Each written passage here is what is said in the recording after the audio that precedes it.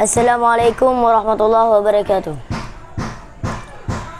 Nabi pernah bersabda, "As-salatu imanuddin."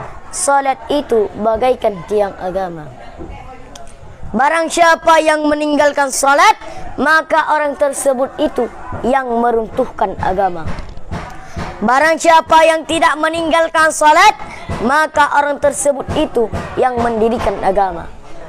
Barang siapa yang meringan-ringan akannya salat, maka diberi siksaan 14 siksa.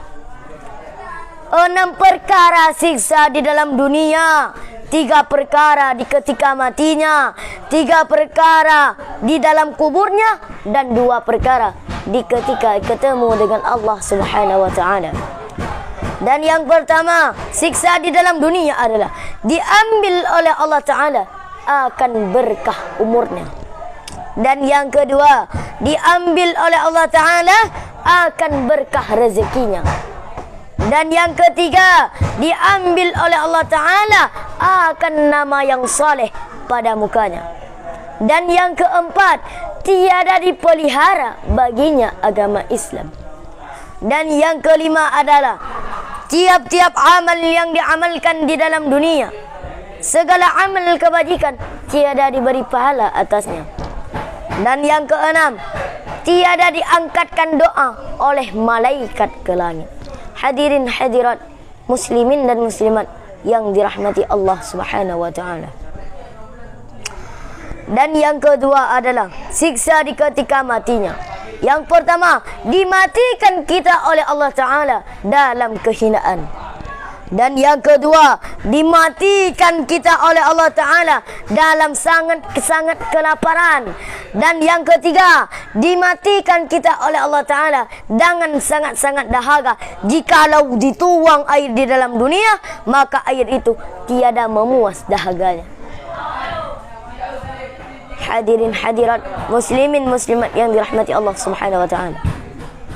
Yang ketiga, siksa dalam kuburnya. Ada 3 perkara. Yang pertama, dipijikkan oleh Allah Ta'ala dalam kuburnya, maka disuruh oleh Allah Ta'ala akan malaikat yang menyiksakan dia hingga sampai hari kiamat. Maka menyiksa orang-orang yang meninggalkan salat. Beberapa ular yang bernama ular itu adalah Syuju'ul Akra. Yang bernama ular itu adalah Syuju'ul Akra. Hadirin hadirat muslimin dan muslimat yang dirahmati Allah Subhanahu wa ta'ala. Dan yang kedua adalah matanya api neraka. Kuku malaikat itu daripada besi persani. Dan kuku malaikat, panjangnya kuku malaikat perjalanannya sehari semalam. Dan daripada tangannya malaikat ada suatu palu. Jika berkata malaikat kepada mayat, suaranya seperti guru yang keras, dan berkata-katalah ia, "Aku suruh Tuhanku bahwa aku memalukanmu dengan sebab kamu meninggalkan salat dari subuh hingga zuhur. Dan engkau meninggalkan salat dari zuhur hingga asar. Dan engkau meninggalkan salat dari asar hingga maghrib. Dan engkau meninggalkan salat dari maghrib hingga isya. Dan engkau meninggalkan salat dari isya hingga subuh."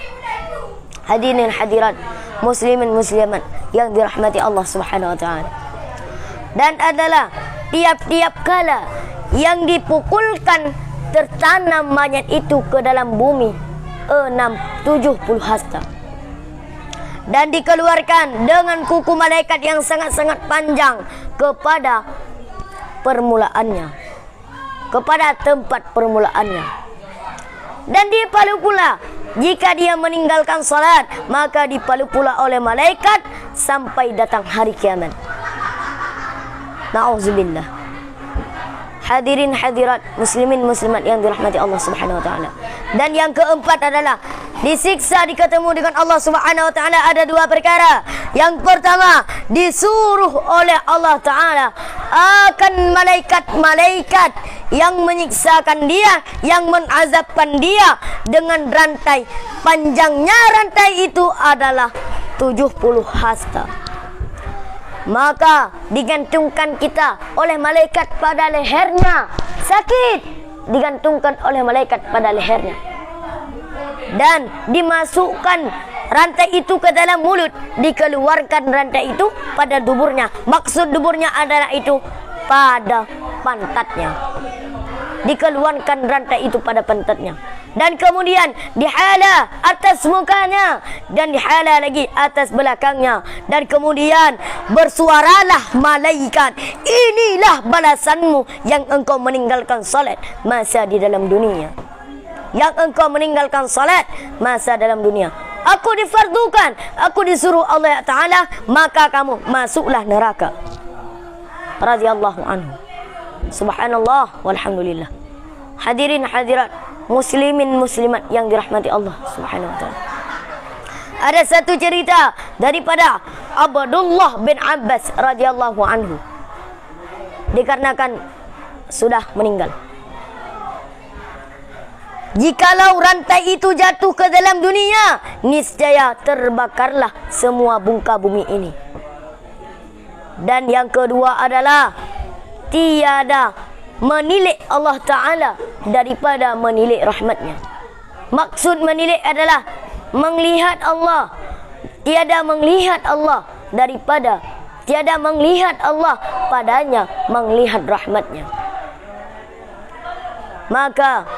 Maka kita akan menghidupkan agama Allah, akan mendirikan agama Allah. Kalau kita mendirikan agama Allah, pasti Allah menolong kita. Kalau kita ingin menolongkan agama Allah, maka Allah menolong kita. Dalam Al-Quran, Allah pernah berfirman, surah Muhammad ayat ke-7.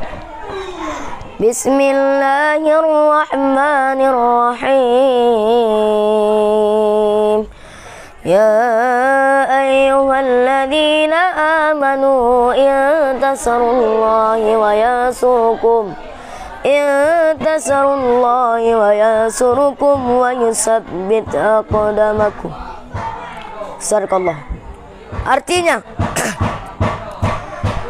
wahai orang-orang yang beriman, jika kamu menolong agama Allah, niscaya Allah menolongmu dengan kebaikan dan menunggumu kedudukanmu. Cukup di sini pidato dari saya. Saya akan mengambil kesimpulan yang ada di tema ini.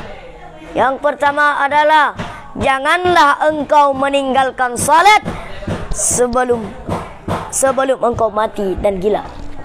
Janganlah engkau meringankannya salat, maka Allah pasti disiksamu. 4 perkara disiksa. Yang pertama, Allah disiksamu di dalam dunia. Yang kedua, disiksamu oleh Ta'ala di ketika matinya. Dan yang ketiga, disiksamu oleh Allah Ta'ala dalam kuburnya. Dan yang keempat, disiksamu oleh Allah Ta'ala dengan waktu bertemu dengan Tuhannya. Dan yang ketiga adalah, kalau kita ingin menolong agama Allah, Allah pasti menolongmu dengan kebaikan. Jika kita meninggalkan salat, maka di mana tiang? Kalau kita meninggalkan salat, di mana tiang? Salat itu ibarat tiang. Gimana bisa berdiri rumah tanpa tiang? Kecuali Allah Subhanahu wa taala berdiri langit tanpa tiang. Sadaqallahul azim. Cukup di sini kesimpulan dan pidato saya. Saya akhiri pidato dengan pantun. Piring pecah jangan dimasukkan dalam hati. Kalau ada bicara saya yang salah, jangan dimasukkan dalam hati. Usikum bitaqwallah. Assalamualaikum warahmatullahi taala wabarakatuh.